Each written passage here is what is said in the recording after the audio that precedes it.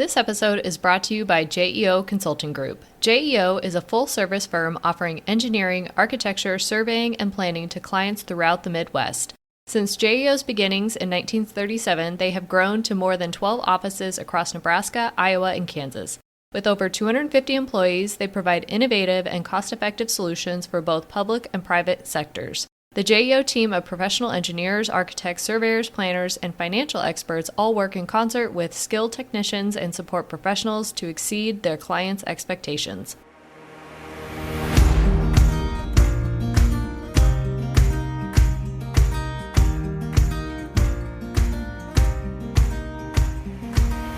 You're listening to the Booked on Planning podcast, a project of the Nebraska chapter of the American Planning Association. In each episode, we dive into how cities function by talking with authors on housing, transportation, and everything in between. Join us as we get booked on planning.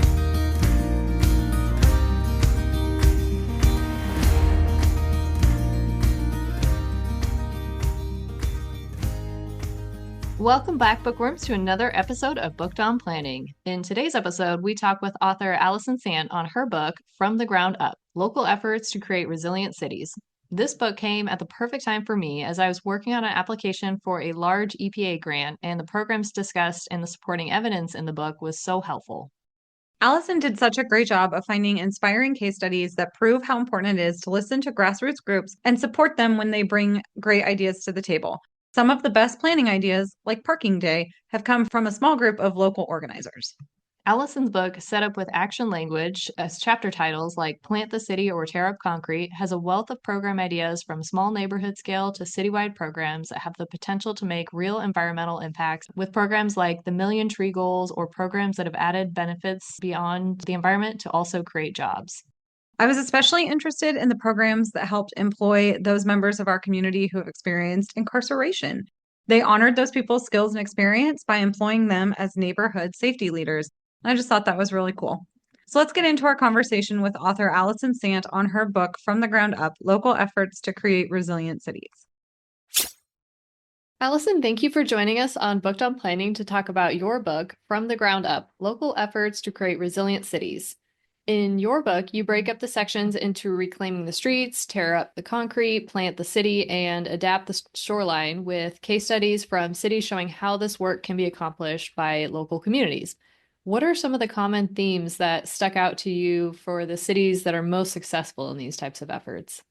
Well, first of all, I just wanted to thank you both for having me. It's really a pleasure to get to speak with both of you and also to your listeners in this wonderful podcast that you've created. So thank you. So you're right. So the book is broken into 4 parts. And really, when I was crafting that, I was thinking about each one being a call to action.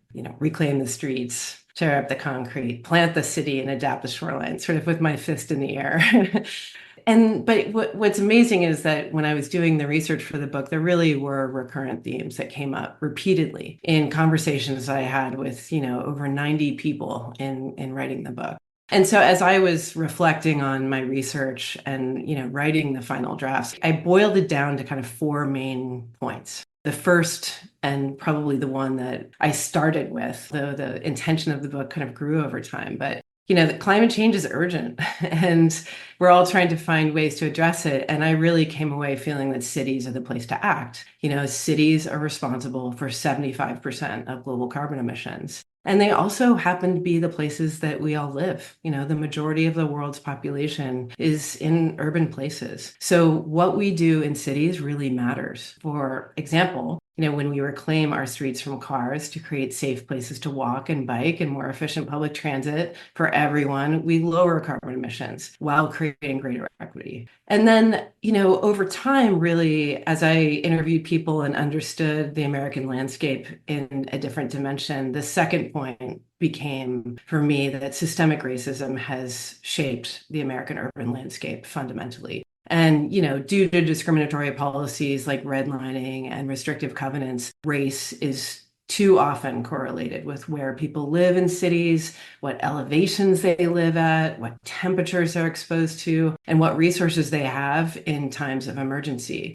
And so as a result, climate change disproportionately affects under-resourced communities and communities of color. New Orleans is a really stunning example for me in the book. And, as the city grew, discriminatory development policies really condensed its Black population in the lower elevations of the city. And this had horrifying effects during Hurricane Katrina, when New Orleans Black population made up something like 70, almost 80%, 76% of its flood victims. And then in cities like Baltimore, you can have an affluent neighborhood that has something like 50% tree canopy cover. But in East Baltimore's red line neighborhoods, it can be as little as 6%. So that means that on a hot day, there's about 16-degree difference between two parts of the same city. So these realities are really endemic to so many aspects of the built environment. And those cities that are creating greater equity while also addressing climate change are really creating the best models for resiliency. And then third, and this was also interesting, that everything from creating bikeways and neighborhood parks to contemplating managed retreat, really the most effective solutions are born out of the communities they serve. Solutions that are led by locals can address their actual needs. And not only that, but they help remedy the history of injustice by putting people and communities in positions to really lead the change ahead. And this can ultimately lead to more inventive solutions, I think, as diverse communities and their experiences are brought to bear on some of our most pressing problems. We really need a lot of good ideas to face the challenges ahead. And then, finally, and this is kind of core to my own practice, but also seem to bubble up in so many places, is that small experiments, however small, they can ultimately lead to really large-scale changes. And a close example in the book that I mentioned, even in the foreword, is the example of Parking Day, which began in 2005, and it created a park out of a parking space. And this one-day event eventually created San Francisco's official parklet program. And I think by 2019, there were something like 80 official parklets across the city, and everyone was patting themselves on the back. But during the pandemic, it just exploded, right? They were everywhere. They just multiplied across the city as we needed places to, go to school or shop or eat out. And that all happened in the space of the street. And then today, I was looking at the stats recently, there's over 2,000 shared spaces, and those spaces are not just in San Francisco, they're all over the world. So, what happened as a one-day experiment at a parking spot has developed into a set of tools for really reusing the public right-of-way. So, really together, all of those four themes are really woven into the stories of hope and change that I illustrate and from the ground up. And as I was reading it, I think planners could absolutely benefit from this book, but the audience seemed to be somewhat wider than just the profession. So as you were writing the book, who actually were you thinking about as your primary audience?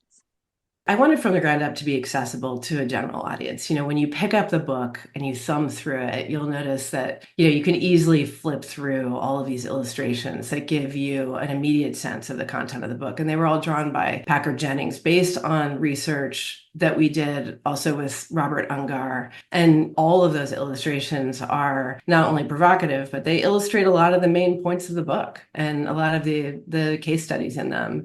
And I thought a lot about how also the book could serve people organizing in their communities who really champion similar projects to the ones I feature in the book in the places that they live. And I hoped that learning about these examples around the country helps to fortify their efforts. And then, as you point out, it was also important to me to inform the profession.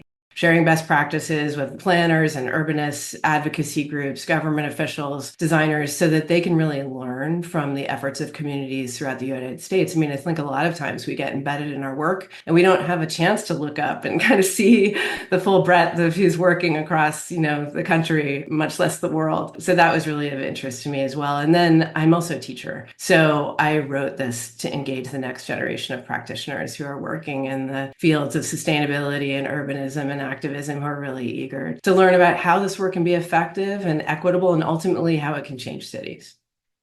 Well, reading your book actually came at a perfect time for us because I just finished reading it, and then we had started work on a grant application through the EPA Environmental and Climate Justice Community Change Grant. And there were so many times where I was flipping through, pulling little facts out, modeling some of the programs. When I was in Minneapolis, I was part of the Master Water Steward program. And you reference, I can't remember which city had a similar program. I think it was down in Georgia, but you had referenced a similar type of Master Water Steward program. I was like, oh, that would be perfect for this grant. So it was well timed. That's so great to hear, Stephanie. I think that might have been Louisiana because they've been really out in front in terms of looking at their watershed and also looking not only at coastal adaptation, but their watershed statewide and how to address water issues and also move people, quite honestly, from, lower and places that are in flood zones to higher and drier places and densifying cities to be able to accept those populations. But it's great to hear that the book's applicable. So there's often a disconnect between local governments and community-based organizations that are on the ground doing this type of work. How can local officials do a better job of connecting with local organizations to accomplish the necessary work of becoming more resilient cities? Yeah, local people and organizations, they bring often overlooked expertise. And it's really important to create processes that engage their knowledge in a number of ways. What I heard most often from the people I interviewed was meet people where they are. And, that can be street fairs or community gatherings or riding transit. That people need to be compensated adequately for their time. If childcare or meals are offered at a community meeting, it's a lot easier for more people to attend, or if they fit their schedules or there's multiple ways of participating. And then if people are contributing over long periods of time, it's really important that they're compensated for their expertise and, given money to make sure that they can remain engaged in the process. And then, it's really important to listen. People can recommend and offer things, but they need to be listened to when they do that, and that work needs to be taken seriously. I think that ultimately, too, it's providing avenues for local leadership so that people with lived experience of transportation inequalities and all of the other kinds of inequalities that exist in cities are really working in government agencies and design firms and, all kinds of places so that their lived experience is actually part of the way in which we are addressing these issues. And I'll give you an example of one that I found really inspiring. And I actually live in New York City right now, so this is very close to home. But you both may know that New York City has one of the best public transit systems in the country. And it's like a city where a majority of people do not own cars. And that transit also includes having the largest bike share in the country. So making transit accessible is actually a really important thing in the city. As I said, that includes bike share, which we don't always associate with public transit, but really is an aspect of public transit here. And I think in many other cities as those networks grow. So I covered a neighborhood in Brooklyn called Bedford-Stuyvesant, and City Bike, which is the bike share system here, had installed bike share systems in Bed-Stuy, but many of the residents didn't ride them. The majority of the neighborhood's residents are Black people, and many of them have household incomes below the citywide median. And so, due to the costs of riding bike share and the racial profiling associated with it and the perception that these programs were really just a tool of gentrification and displacement and not necessarily for long-term residents, the program had not been a success. That was until the Bedford-Stuyvesant Restoration, which is a community development corporation in Brooklyn, led a group called the New York City Better Bike Share Partnership. And together, the partnership shaped a bike share system in the neighborhood to reflect the needs of the community. It was affordable. It created job opportunities. It created opportunities for local leadership. And they organized all kinds of events like helmet giveaways and bike safety lessons, neighborhood rides. And youth from the neighborhood were hired to survey residents. They were ambassadors. And they surveyed people where they lived and they understood what they needed. And some of those young people actually went on to later get jobs for the New York DOT, which is exciting. There was other examples like doctors in local hospitals prescribed bike share memberships to encourage active transportation, understanding that it was a part of becoming healthy. Local employers purchased subsidized memberships and SNAP recipients were also given discounts. And then Restoration met with local precincts to address racial profiling and really make it safer for people to ride if they were people of color. So in just 1 year, membership increased 56%, which is more than it did citywide. So, Bed-Stuy is just one of the examples in the book that illustrates that when residents are involved in generating solutions, they can really make investments in their neighborhoods representative of their communities and relevant to their needs and ultimately just more effective. I have a friend who moved to Bed-Stuy last year. And so I shared the story with her. I was like, oh, did you know that you guys didn't always have bike share? And she's like, I can't even imagine Bed-Stuy without bike share. She takes a bike every day to go down to the subway stop. And she's like, why wouldn't we have ever had that? Yeah, it's Yeah. amazing. I think so many bike shares started in kind of the hearts of cities and didn't always, serve, I mean, in New York City, all the boroughs for sure. And you see that in a lot of systems where they kind of prioritize the main business district and not necessarily the places where a lot of people live and really need to rely on that, especially if they're not well served by public transit.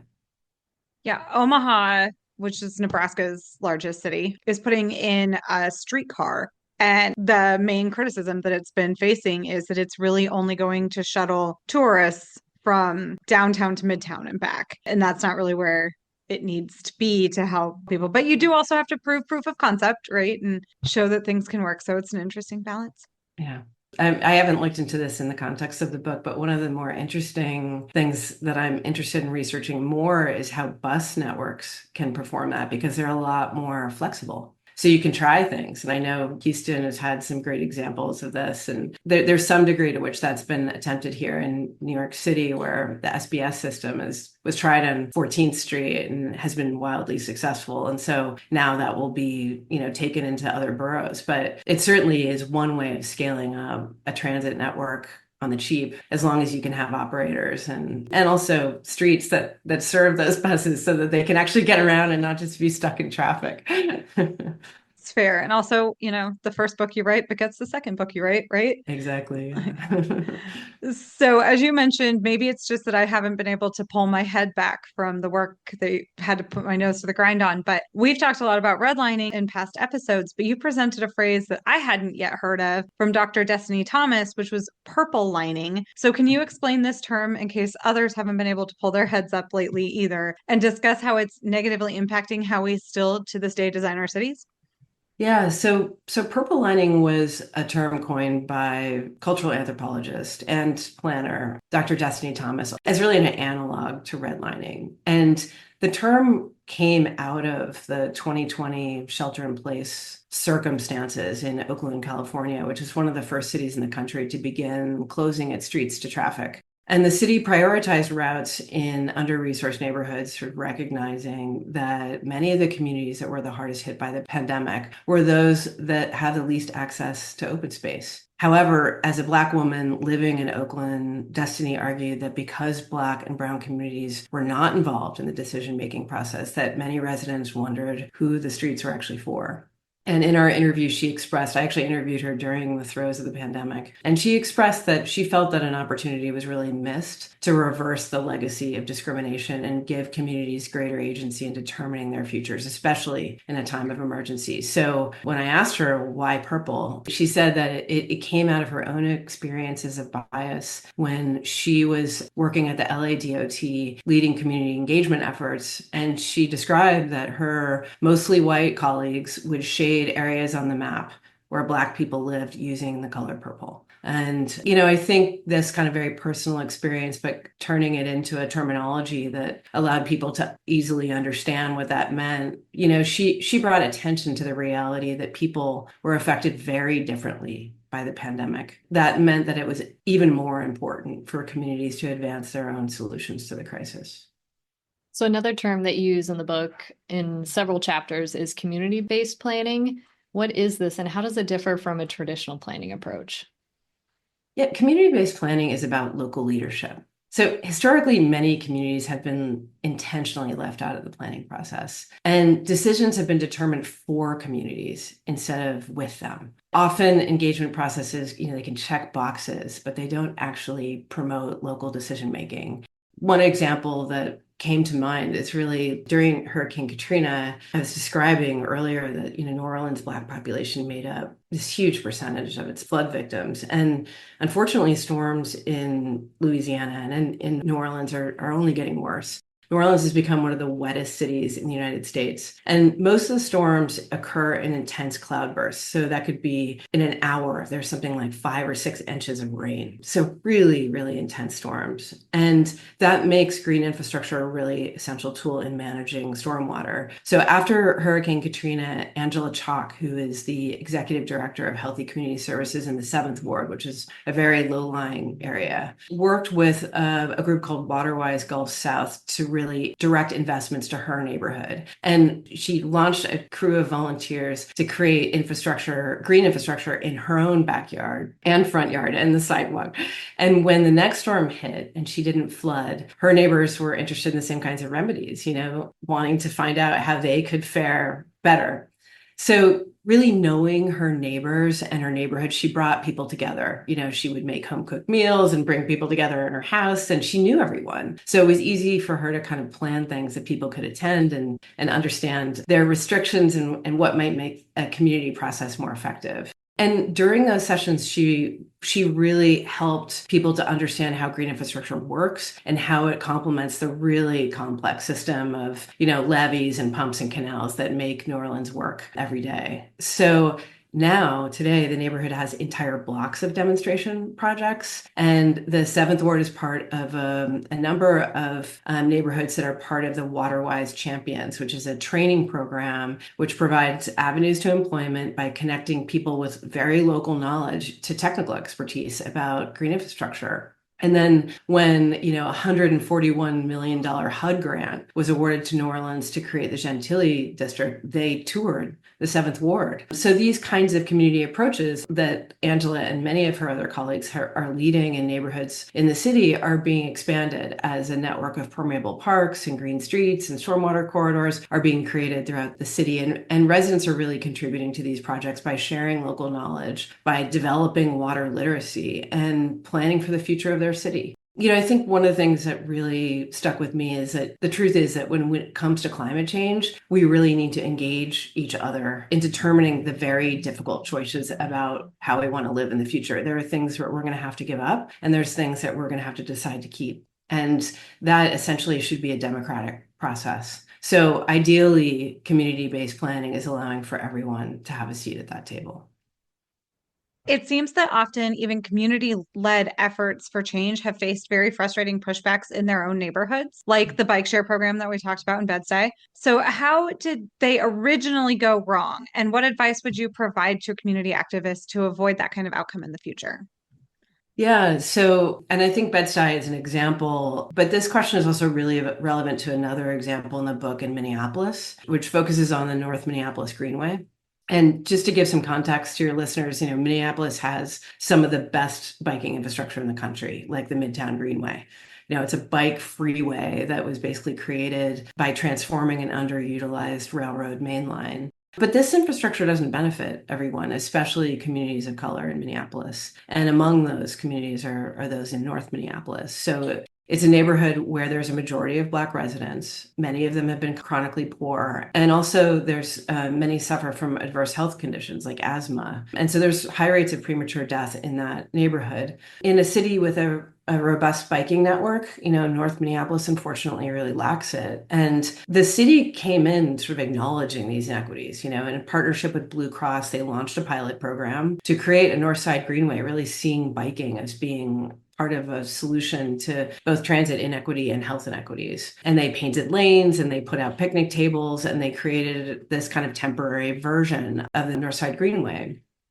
But not all communities members felt involved, and worse, some felt like the bike lane was, again, the sort of leading edge of gentrification and displacement. And there was a movement called Stop the North Minneapolis Greenway, and it ultimately successfully removed a section of the pilot project. And I think this resistance reveals a kind of justified mistrust of government processes that often can engage communities, but they don't adequately resource projects towards correcting broader systemic inequities. For example, if access to transit had been advanced alongside the removal of parking so that residents didn't have to rely as much on cars, that may have been a solution that people felt like, okay, well, that's a reasonable trade-off.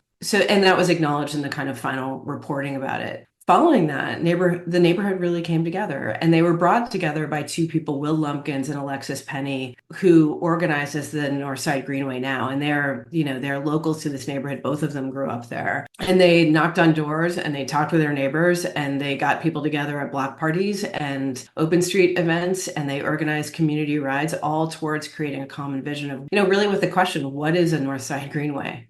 And what should it look like? And that vision has really contributed to people saying that, what they want is a greenway to connect local businesses and cultural centers, that it should create an opportunity for kids and their families to be able to walk and bike safely to school, things like that. So as the city expands its neighborhood greenways, I think there's something like 50 plus miles that are and will be added to Minneapolis's network. Will and Alexis have been leading a successful effort to get the Northside Greenway into the city's budget as a priority project. But even today, I actually just checked this a few weeks ago, its construction isn't scheduled to begin until 2028. So when I finished the book, it was 2026.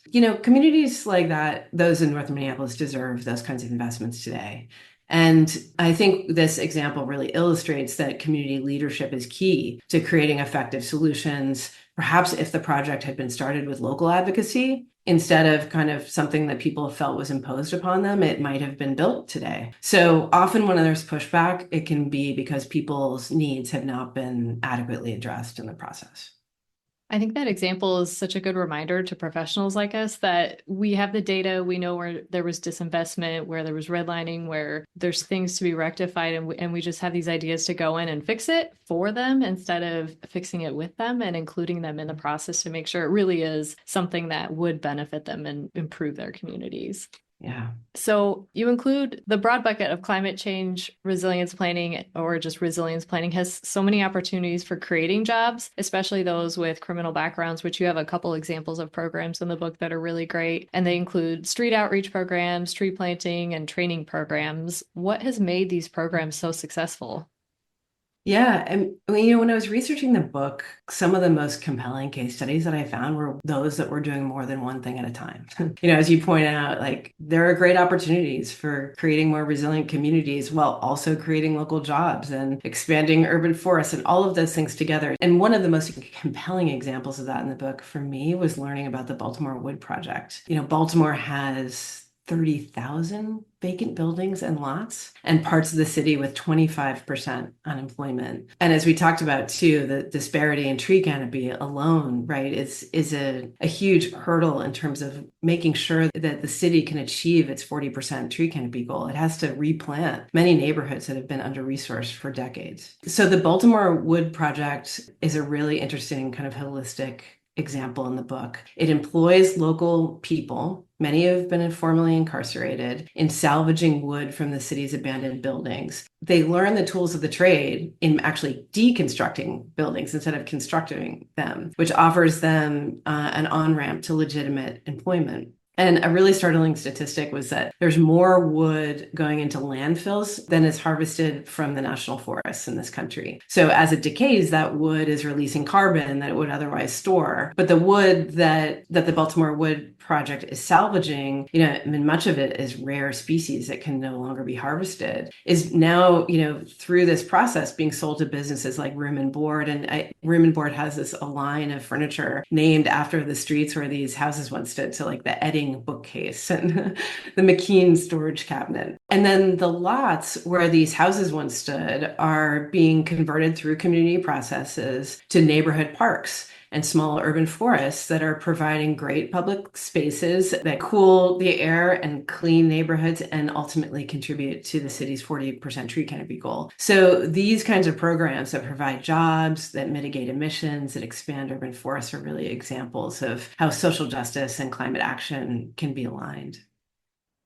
I know this is a little outside the purview of the book, but a lot of the projects, especially in the Plant the City and Adapt the Shoreline chapters, reminded me of some of the old public works programs projects. So could you see a way that the federal government could potentially step in and start assisting with these types of projects again, but obviously focusing on more of a ground up effort?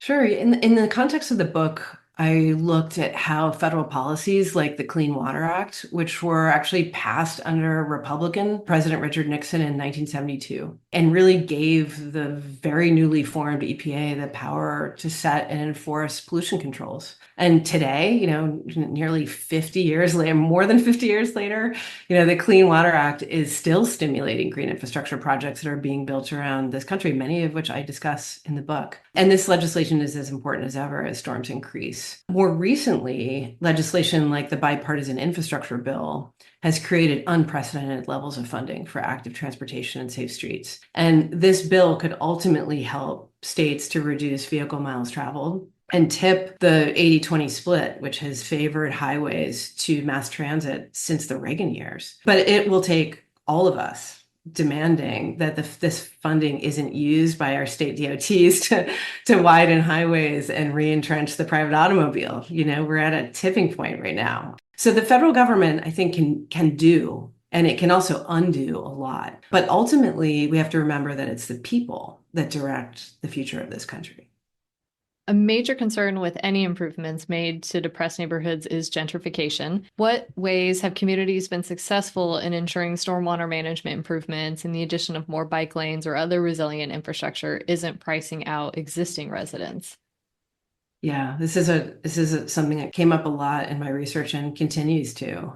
In one interview, someone made the point to me that gentrification is not necessarily a bad thing, as it can bring investments to neighborhoods that need them. But it is certainly true that without protections for long-term residents, it can lead to displacement. And one of the most promising tools that I focused on in my research was equitable development plans, which when I finished the book was just finishing up and since has been continuing to unfold. And I looked at it in the context of Bayview Hunters Point in San Francisco. So in Bayview Hunters Point, which is located, in the southern part of San Francisco, there is a series of waterfront parks that are being developed. And the newest among them is called the India Basin Waterfront Park. And to give some context, Bayview Hunters Point is historically, has some of the highest rates of homeownership among Black people in the city. The Great Migration brought many Black families to the neighborhood who were, many of them were seeking jobs and got employment for the naval shipyard. But since, the shipyard has long closed and the neighborhood's been largely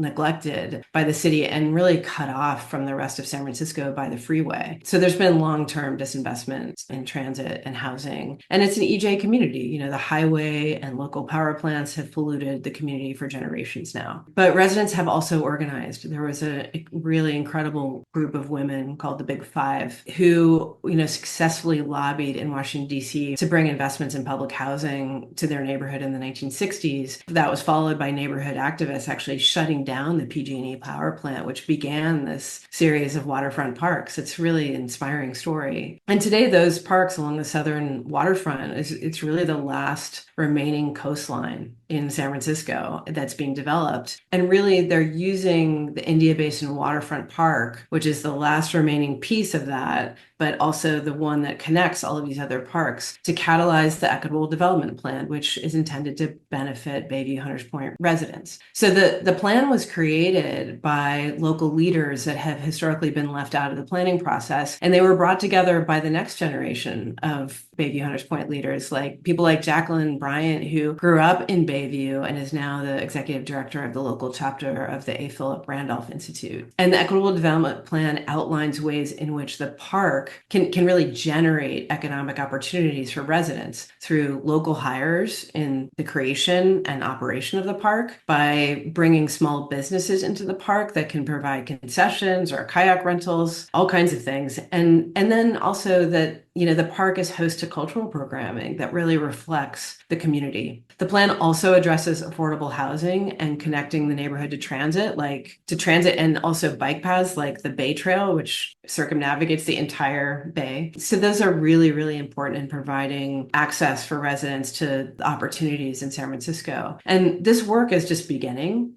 But if it's successful, the park will not only be creating a natural amenity for the neighborhood and mitigating the effects of climate change, but also becoming a catalyst for social justice. And as you've shown throughout example after example in the book, a lot of change occurs at the grassroots level, but it's really hard work. So what encouragement would you give people who are trying to build from the ground up, but might be getting tired at this point? Yeah, yeah, I get it. I've thought about this a bit in the process of researching actually my next book, which is entitled Street Life, and it focuses on how we can reimagine our city's largest public spaces for people. And in the process, I've been interviewing community organizers that are fighting to reimagine the Brooklyn Queens Expressway, which is, one of the first highways in the country. It was built by Robert Moses here, and then, even before the Federal Highway Act was passed in 1950. So it's in many ways the template for the highway system that we have inherited today. And it also bears many of the tactics of that system.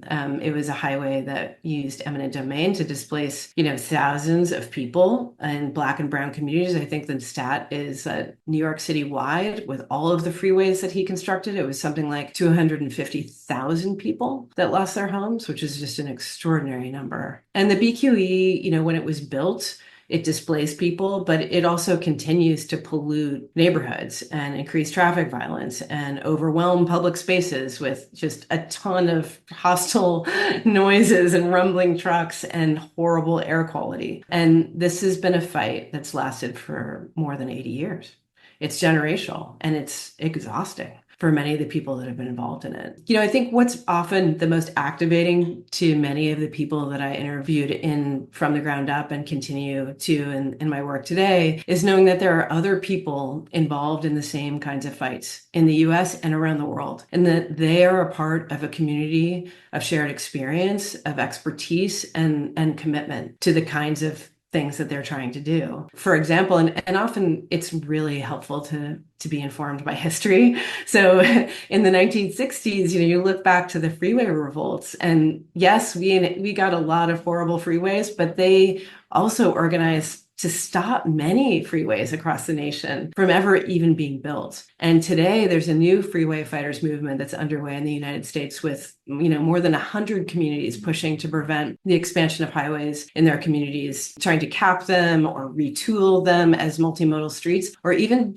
to tear them down. So in New York, the BQE Environmental Justice Coalition has organized themselves in neighborhoods along the entire stretch of the BQE, I think all 12 miles. And I think what's amazing is that I haven't seen that many coalitions that have used a highway as their common thread. It's really interesting. You often think of communities and where you live, but this is actually organizing along something that affects them all in very different ways in their very different communities. So it's been really inspiring for me to track it. And together, they're calling for plans to reduce driving, to prioritize climate and public health and community reconnection. And they together are essential partners in a grant that the city was awarded through the Reconnecting Communities program to advance a new vision for the BQE corridor. And that work is underway today. And it's only one of many projects among, over $3 billion that was awarded by the US DOT in 2024 to redress the impact of the nation's freeways as part of the bipartisan infrastructure bill. And their efforts are part of a movement to make cities equitable and livable. And to date, both Democrats and Republicans have joined together to support them. So these are the kinds of hopeful examples in which communities are leading solutions ahead and being supported by government policies and funding in doing this work that hopefully will help remedy the exhaustion of constant advocacy. And as this is Booked on Planning, besides your book, which Stephanie and I recommend everyone go pick up a copy of, what books would you recommend our readers check out? Well, thank you for that recommendation. I really appreciate it. I have to say that Island Press has an extraordinary library, and I would always start with them. Island Press books are the majority of books on my own bookshelf, and Veronica Davis's Inclusive Transportation is the next one on my list, although there's many others behind it. And then I have to recommend The Power Broker by Robert Caro, who, this is the 50th anniversary of that book. And it's incredible. It's very long, but really worth it. Also, this year has been tracked by 99% Invisible, which is a podcast that has been doing a series of interviews and kind of a book club along for the whole year. So you can read chapters and then hear other people's thoughts. And many of them have been affected or were involved in the story of New York City. And really, that story is one of the damage that can be done with unbridled power in a city like New York. But it's also got complexities. Caro is so open-hearted and wonderfully connects with with people whose lives were changed by the freeway system. But he also talks about like Robert Moses's impact on public parks as well. So it's a really complex and interesting story. And I highly recommend. It's a brick of a book, but it's very worth it. And then one I picked up recently is a book called The Movement by Clara Bingham. And it's a story of the women's liberation movement between 1963 and 1973, so 10 years. And it's told through the voices of people that lived that change, there was so much that was accomplished in 10 years. And I think it's a really hopeful to remember when we've seen such profound limitations put on women's rights in recent years, that, the movement is also instructive to the next wave of organizing and protecting the rights of women going forward. I think I will have to add that to my to be read list as well. And interestingly, you're the second person now that has said the power broker in like the last 3 interviews. So I think there's a collective group now engaged in this reading, and like most things, when you do it together, it's easier. That's fair. And very especially helpful when it's 1,300 pages long. So. Right. And very helpful with 99PI. Thank you guys for all of that work that they're doing. It's an amazing podcast.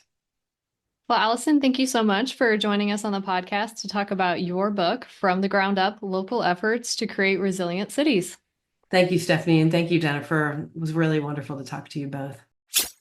We hope you enjoyed this conversation with author Alison Sant on her book, From the Ground Up, Local Efforts to Create Resilient Cities. You can get your own copy through the publisher at Island Press using the discount code GROUND, or click the link in the show notes to take you directly to our affiliate page. Remember to subscribe to the show wherever you listen to podcasts, and please rate, review, and share the show. Thank you for listening, and we'll talk to you next time on Booked on Planning.